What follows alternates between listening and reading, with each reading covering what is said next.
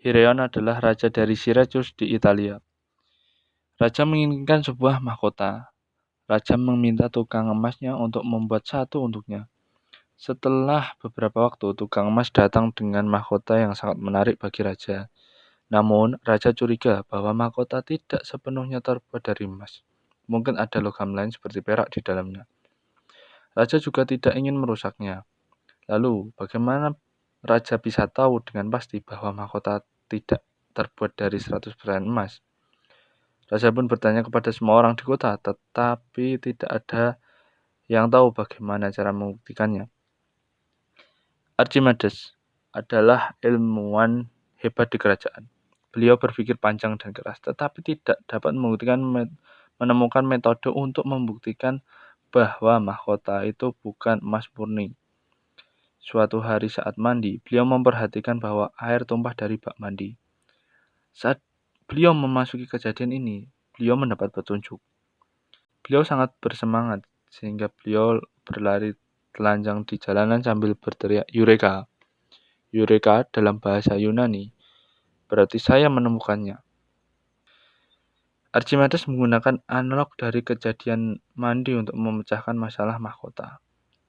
Disinilah sains membantu kita menemukan solusi untuk masalah sehari-hari. Kita telah mempelajari bahwa gaya apung bekerja pada suatu benda ketika benda itu terendam atau terapung dalam fluida. Kami menggunakan cairan yang berbeda, seperti air dan minyak. Tetapi, berapa besarnya gaya ke atas ini? Apa yang akan terjadi jika saya mencelupkannya ke dalam air? Ia tenggelam. Apa yang terjadi dengan ketinggian air di dalam wadah? Meningkat. Berapa banyak ruang yang telah diambil jika kita menekan penghapus ini di adonan dan mengambilnya kembali? Akan menciptakan suatu ruang yang sama dengan volumenya. Mari kita berikan penghapus ini di dalam botol plastik. Saat kita mencelupkan penghapus ke dalam air tumpah, kita akan mengumpulkan air yang tumpah di dalamnya. Kita mengetahui bersama bahwa massa diukur dalam gram atau kilogram. Gaya diukur dalam newton. Berat adalah gaya akibat gravitasi. Skala pegas ini mengukur gaya akibat gravitasi pada benda. Mari kita ambil penghapus ini. Panjangnya 6 cm, lebar 2 cm, dan tinggi 1 cm. Volume ialah panjang kali lebar kali tinggi, adalah 12 cm kubik. Massa penghapus adalah 29 gram. Kepadatannya lebih dari 2 gram per cm kubik.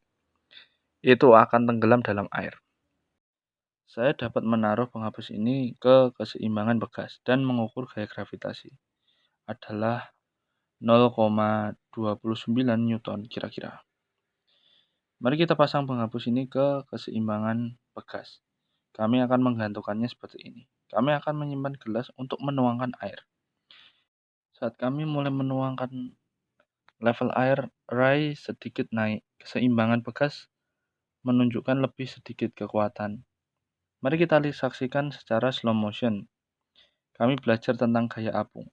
Air memberikan gaya apung pada penghapus ketika benar-benar tenggelam. Ini adalah 0,17 Newton. Perbedaan 0,12 Newton disebabkan oleh gaya yang diberikan oleh air pada penghapus. Ini adalah kekuatan ke atas. Ini menentang gaya karena gravitasi. Apa yang menyebabkan perbedaan kekuatan? Itu adalah air yang dipindahkan oleh penghapus. Kami akan menghitung volume air yang dipindahkan dengan mengumpulkan air yang tumpah dengan penghapus. Wadah ini terisi penuh. Saat saya merendam penghapus ini dalam air, ini menggantikan air sama dengan bagian itu di dalam air. Ketika sepenuhnya tenggelam, ia memindahkan air sama dengan volumenya.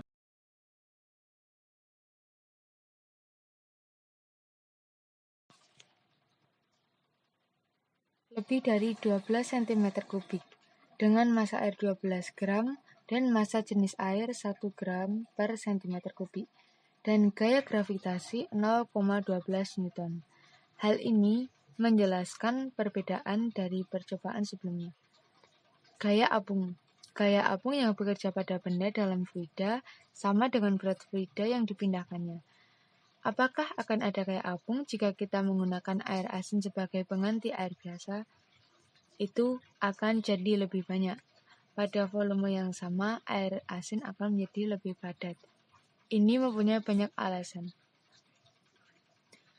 Jika penghapus yang panjangnya 10 cm bukan 6 cm, berapa gaya apung jika dicelupkan ke dalam air? Kamu bisa menghitung volume penghapus yang bentuknya biasa. Bagaimana dengan volume benda yang tidak biasa seperti batu ini? Kamu bisa mengisi wadah dengan air sampai penuh, lalu celupkan batu ke air. Air akan meluap dari wadah. Bagaimana kita bisa mengatakan bahwa gaya apung bekerja? Volume batu sama dengan volume air yang tumpah.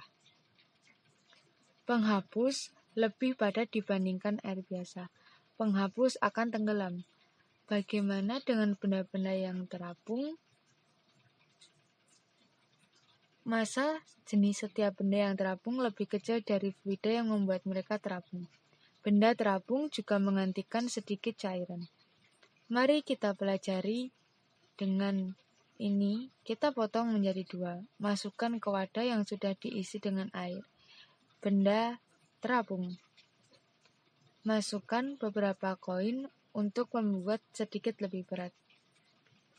1 koin memiliki berat 5 gram. Dengan 3 koin,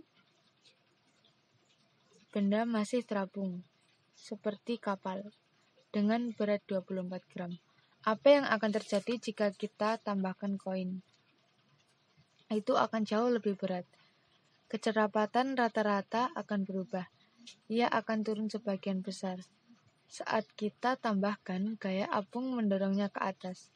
Gaya gravitasi menarik ke bawah. Berapa koin yang bisa menenggelamkannya, dan gaya yang dilakukan terhadap gravitasi lebih besar dari gaya apung.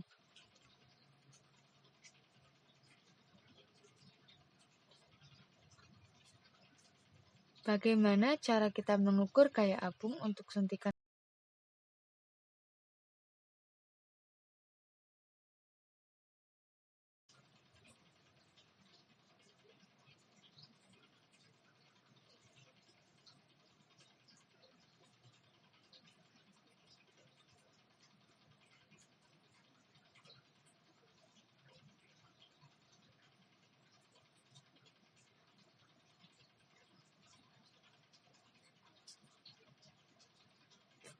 Kapal laut bekerja menggunakan prinsip yang sama.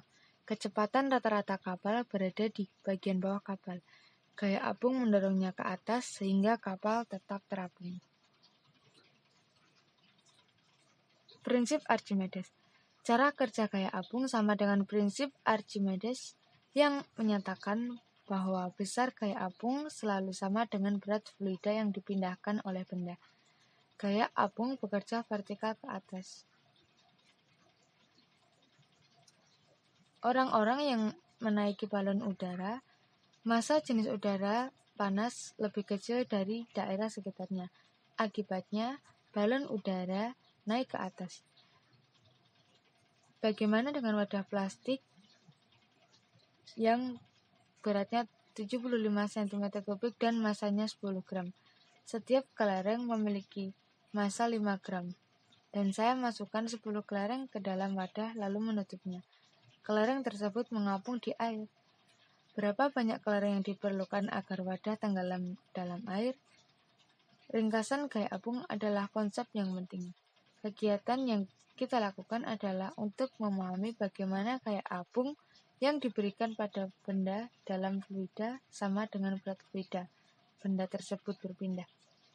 Ini membantu kami untuk memahami prinsip Archimedes tentang aktivitas yang kita alami sehari-hari.